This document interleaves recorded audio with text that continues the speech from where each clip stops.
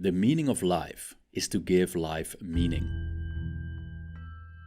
What keeps a human being going? The purest answer to this question is perhaps to be found in the worst of places. Austrian psychiatrist, philosopher and author Viktor Frankl spent 3 years in 4 different concentration camps. He was at the mercy of sadistic SS guards and the so-called kapos, prisoners with special privileges, who willingly collaborated with the Nazis and were even more ruthless than their masters. The camp inmates were constantly exposed to famine, sickness, slave labor, and the possibility of punishment or execution. There was no freedom.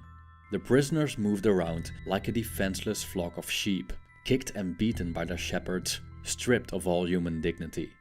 What's left to live for in such a horrible place like a concentration camp? When they've taken all your liberties and possessions, and when death at short notice is almost inevitable, is there any reason not to give up on life? Viktor Frankl concluded that there's always a reason to live, even in the worst conditions. There's always meaning in suffering. And if we can grasp this meaning, this star in the sky, we can overcome even the most painful circumstances. According to Viktor Frankl, it's not pleasure nor success and power that essentially drives people. It's finding something, a purpose, a meaning to live and even die for.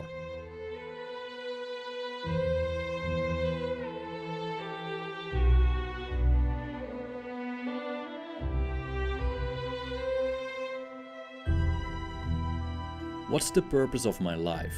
What's the meaning of all this?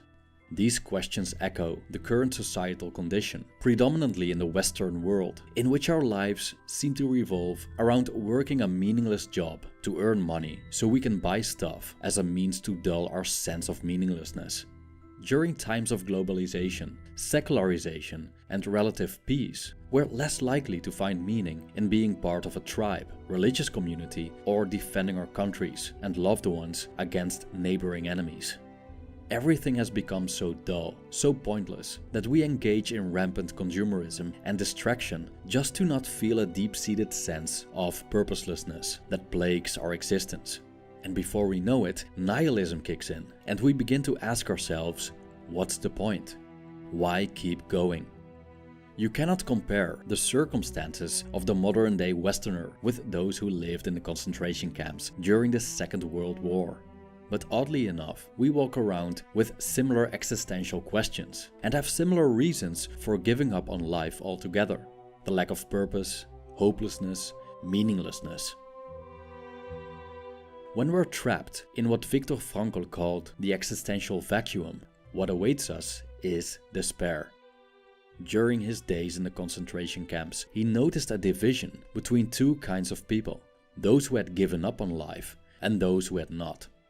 The first group was more prone to illness and death. The second group was more likely to survive. The difference?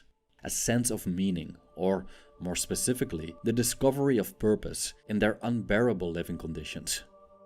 For example, Frankl himself was a doctor and found purpose in helping the inmates who suffered from illnesses.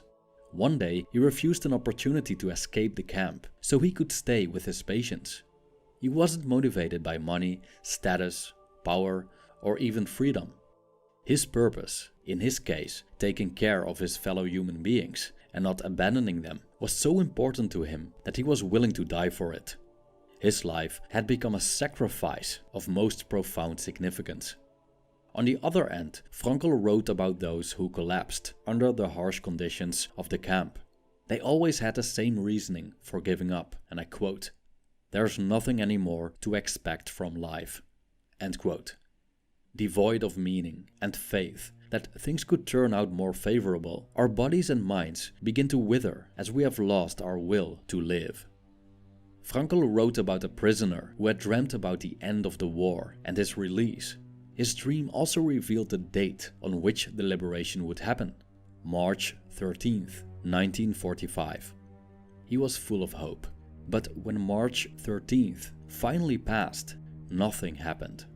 As the prisoner's prophecy was naive and he had no purpose within the context of his imprisonment, he was struck with disappointment, suddenly got ill and died of typhus shortly after.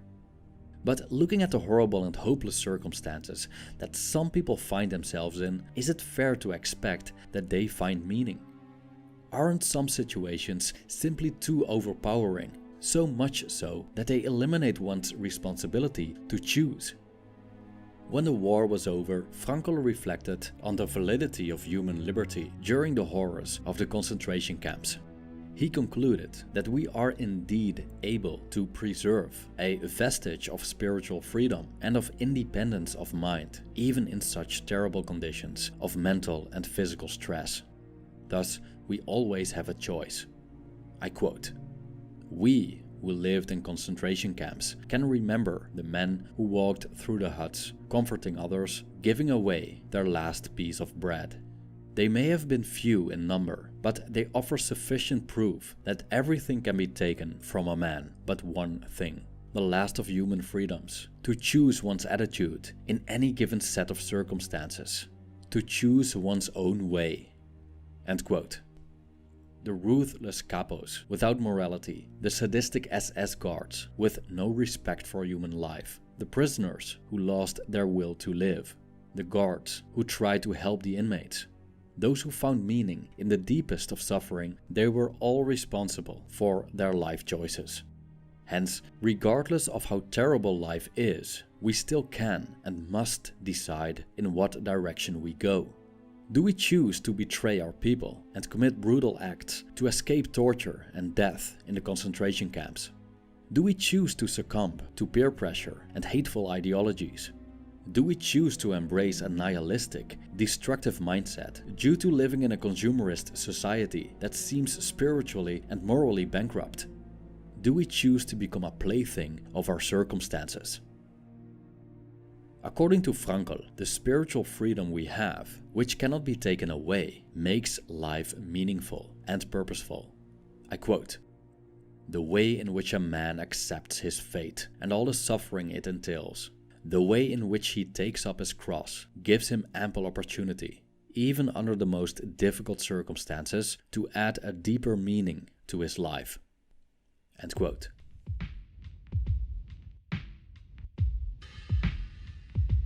Imagine having to get out of bed every morning without a meaningful long-term goal. The only reason you get up is that you have to get to work and engage in activities you don't like, just to financially support a meaningless existence and the many pointless pleasures to cope with it. You blame your past, parents, circumstances, and even your genetics for not having anything going for you. But in reality, you can still transcend your predicament and find purpose despite any external situation. The question is, of course, how? Before we get into that how of meaning, it's helpful to look at the why of meaning. Especially in the current age, there's a tendency to focus on money, status, power, and pleasure rather than a meaningful life. But, according to Frankl, these pursuits are ways to cope with an existential vacuum. They are a consequence of a lack of meaning. In a society highly concerned with pursuing pleasure and achieving wealth, it's often difficult to realize that these pursuits don't fill our existential emptiness and are only cheap substitutes for what truly matters. A more direct approach for dealing with the pain of meaninglessness we see today is the pursuit of happiness. In some circles, like the Good Vibes Only movement, happiness has even become a requirement. Frankl describes a characteristic of American culture. One is commanded and ordered to be happy. There's nothing wrong with happiness, of course, as happiness is probably the ultimate pleasant state of mind and the eventual byproduct of following, for example, Stoic and Buddhist teachings. But, so argues Frankl, happiness itself cannot be pursued, as it must ensue. I quote, "One must have a reason to be happy. Once the reason is found, however, one becomes happy automatically. As we see, a human being is not in pursuit of happiness, but rather in search of a reason to become happy. Last but not least, through actualizing the potential meaning inherent and dormant in a given situation." End quote. The same goes for success, according to Frankl. Success must also ensue and not be pursued. as it's the unintended side effect of one's dedication to a more significant cause. It must happen. The more we care about it, the less we can focus on our cause, and the less likely success will occur. But if we dedicate ourselves to a purpose and don't care about success, the more likely it will happen as a byproduct in the long run. So it seems that meaning is at the root of happiness and success, and the lack of it at the heart of indulgence in and addiction to pleasure, money, fame, and power. Having explained this, let's take a look into the how of meaning. First of all, according to Frankl, the meaning of life depends on the person, the moment, and circumstances. So there's no one-size-fits-all type of meaning that suits everyone at any time. He compares the futile quest for general meaning to a question posed to a chess champion. Tell me, master, what is the best move in the world? There is none. The best move in chess depends entirely on the situation in the game and the characteristics of one's opponent. We cannot invent the meaning of our existence, but we can detect it. As Frankl stated, meaning is inherent and dormant in a given situation. We can discover our purpose only if we interact with the world or determine what the world needs. Frankl wrote that we find out the meaning of life in 3 different ways. 1. By creating a work or doing a deed. 2. By experiencing something or encountering someone. 3. By the attitude we take toward unavoidable suffering. The first one lies in achievement and accomplishment. Creative pursuits like writing a book, painting, sharing stories about our sufferings and life experiences, or solving today's problems with science and technological inventions can help others. We'll only find out when we get started and engage with the world, so other people's needs become apparent. The benefit of performing good deeds doesn't need an explanation, but it probably doesn't have to be grandiose. Even sharing a small piece of bread with a starving inmate can be a profoundly meaningful experience. The second one lies in the connection we have or find with people and things. The experience of life itself, caring about the environment and its people, can be meaningful in itself.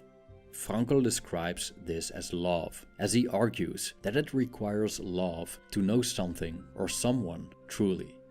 I quote, "The second way of finding meaning in life is by experiencing something such as goodness, truth, and beauty, by experiencing nature and culture, or last but not least, by experiencing another human being in his very uniqueness, by loving him." End quote. The third one lies in finding meaning in suffering. Frankl gives an example of an elderly practitioner who consulted him because of his severe depression after losing his wife. Instead of telling him what to do, he asked, "What would have happened, doctor, if you had died first and your wife would have to survive you?" "Oh," he said, "for her, this would have been terrible. How would she have suffered?" Frankl pointed out that the doctor's wife has been spared from such suffering as he spared her by paying the price, that he has survived and now mourns her. We cannot bring back the dead. In many situations, like being imprisoned in a concentration camp, there isn't much we can do about the external factors. When we are no longer able to change a situation, we are challenged to change ourselves, Frankl stated.